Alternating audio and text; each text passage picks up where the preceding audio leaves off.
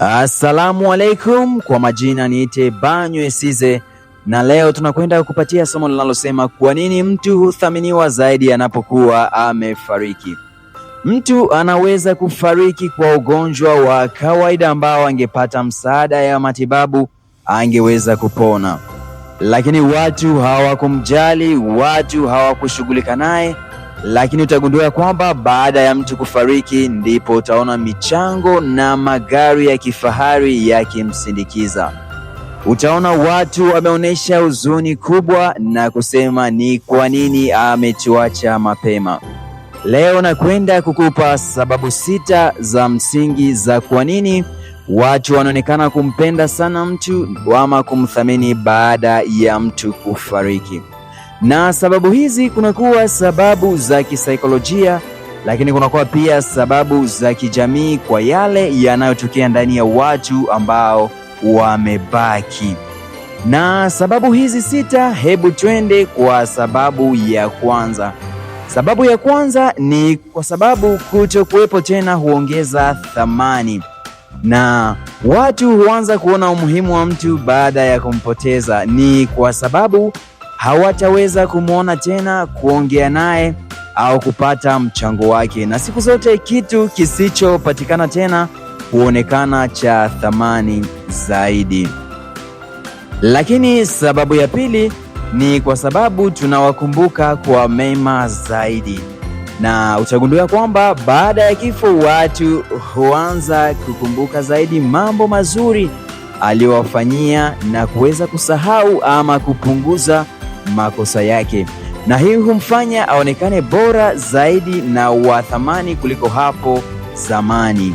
Lakini sababu ya tatu ni sababu ya hisia za majuto, na watu wengi hujutia mambo ambayo hawakumfanyia akiwa bado angali uhai, kama vile kumshukuru, kumpenda zaidi, lakini pia kuweza kumwomba msamaha, na majuto hayo huongeza hisia za thamani yake.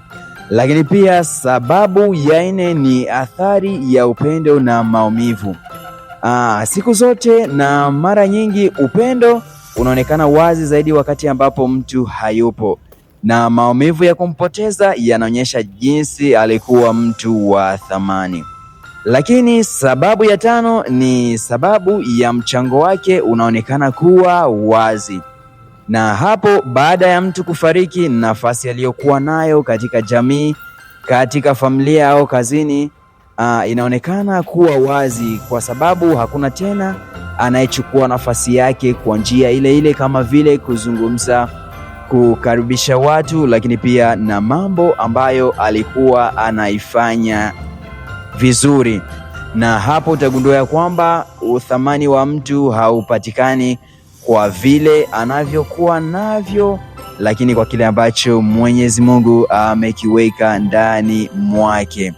Na sababu ya 6 ni sababu ya heshima ya kijamii. Ni sababu ya heshima ya kijamii. Na katika tamaduni nyingi kuna desturi ya kumheshimu sana aliyekufa na kusema mazuri yake, na jambo hili linaongeza pia thamani machoni pa watu. Kwa ufupi, tunaweza kusema kwamba mara nyingi watu hutambua thamani ya kitu wanapokipoteza. Watu wanatambua thamani ya mtu wanapokuwa wamempoteza. Lakini ili kuepuka majuto na ili kuepuka mambo ambayo mtu angesema ni kwa nini sikufanya hiki na kile, hebu nikupatie mambo ya kuwafanyizia watu na kuwathamini wanapokuwa bado wangali uhai. Hebu onyesha upendo leo na sio kesho, kwa sababu kesho haijahakikishwa kwetu. Lakini pia sema asante, sema thamahani, sema nakupenda, sema nakujali, na hiyo husaidia mtu kuona uthamani wake. Lakini pia tumia muda na watu unaowapenda, kwa sababu muda hauwezi kurudi tena. Ukiwa na muda wa kufurahi, hebu furahi na watu wapendao, kwa sababu huzuni inapokuja inachukua pia furaha ambayo umeiweka moyoni mwako. Lakini gundua ya kwamba watu ni zawadi, na usisubiri kuwapoteza ili uone uthamani wao. Anza kumthamini mtu leo. Lakini pia upendo unaonyeshwa leo, na upendo huo huleta furaha na huondoa majuto ya kesho. Kumbuka, majina yanaitwa Banywe Size. Hebu tukutane katika vipindi vijacho. Mwenyezi Mungu akubariki. Kumbuka, nakupenda sana, lakini pia tunakuandalia masomo katika sura ya maigizo.